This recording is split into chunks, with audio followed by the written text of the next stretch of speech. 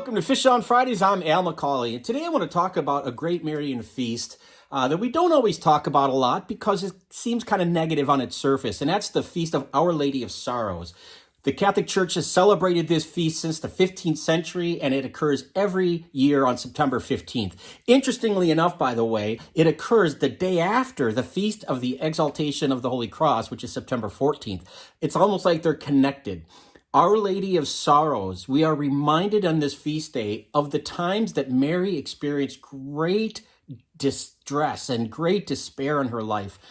You know, we as Catholics love Mary. We give her all kind of honorifics. We have all kinds of feast days to celebrate her because she is the exemplar of our faith. And she, more than any other human in history, points beyond herself to her son, Jesus. She directs us to him.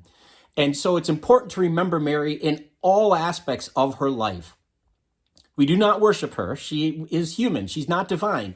And this feast goes a long way to remind us of that fact. Again, Our Lady of Sorrows.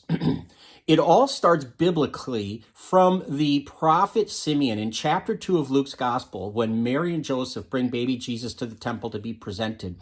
Simeon the prophet, who was promised by God that he would see the Messiah. He praises God for the blessing of the ability to witness the Messiah, Jesus. And then he tells Mary that her heart will be pierced as if by a sword with suffering. And so it's interesting, this feast day is remembered in art and iconography with Mary sometimes holding her Immaculate Heart, or we're seeing her Immaculate Heart exposed, and it's being pierced by 7 different swords. Because there are 7 sorrows that we recall on this feast day that Mary experienced in her life, all relative to her son Jesus, because she's always in connection with Jesus. You never see Mary apart from Jesus. And so it's an important feast day to remember the humanity of Mary, that she is not divine, but that she is with us. And there's great solidarity when we suffer ourselves. So just very briefly, I want to mention the 7 sorrows that Mary experienced in her life. And every one of these is biblical. Almost all of them are either in Luke or John, but you'll see as we go along how they're all scripturally based. So it's not like someone's just pulling this out of thin air just to make us think about something. As I mentioned, the first suffering, the first sorrow that's visited upon Mary is this prophecy of Simeon from Luke 2, the idea that she would know deep suffering in her life. The second suffering is when Mary and Joseph have to take baby Jesus out of their own country, basically becoming refugees in Egypt, to flee because their son is the subject of a chase, of a manhunt. King Herod wants him dead out of jealousy. The third sorrow that Mary experiences, again, we get this in Luke chapter 2, is the idea of Jesus as a child being lost in the temple, and the anguish for 3 days when they search for him to try to find him and reconnect with him. The fourth is when Jesus is on his way to crucifixion and he's carrying his cross and he meets his afflicted mother. We know this is in one of the very wonderful devotion of the Stations of the Cross we celebrate every year during Lent. But Mary meets Jesus as he is carrying his cross. I can't imagine the heartbreak, the torment that would have just ripped at her soul. Amazing. The next sorrow that's visited upon Mary is the crucifixion, that she watches her son be nailed to the cross and die on the cross. To watch your own child die, especially in such a horrific manner, had to have been just awful. The sixth sorrow that's visited upon Mary is when Jesus is taken down from the cross, and when he is placed, his bloody corpse is placed in her hands. And I can't help but think of that very iconic sculpture from Michelangelo of the Pietà, of Mary holding her son. How, again,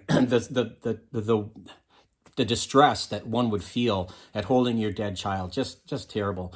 And then the fact that Mary was at the foot of the cross, held her son, and was present at his burial. So the 7th sorrow was the burial of her son, recognizing that he's dead. But let's take a step back a little bit and look at these collectively and understand that we don't focus on these sorrows because we as Catholics are, beating our breasts and we're negative and dour people. We are Easter people. We know that this is not the end of the story, that suffering brings redemption. And there's no better example of that than Jesus' own suffering and then the new life that's brought about 3 days later when he rises from the dead.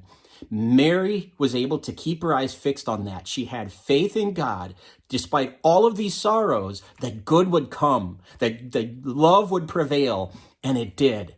And so Mary, is the exemplar of our faith. She is the model to whom we look to say, hey, when I have problems in my life, when I am faced with distress, when I am faced with troubles, be they spiritual, be they psychological or physical, when I have woes in my life, when things are bad, can I look to Mary and say, you had faith despite all the darkness surrounding you in these 7 sorrows.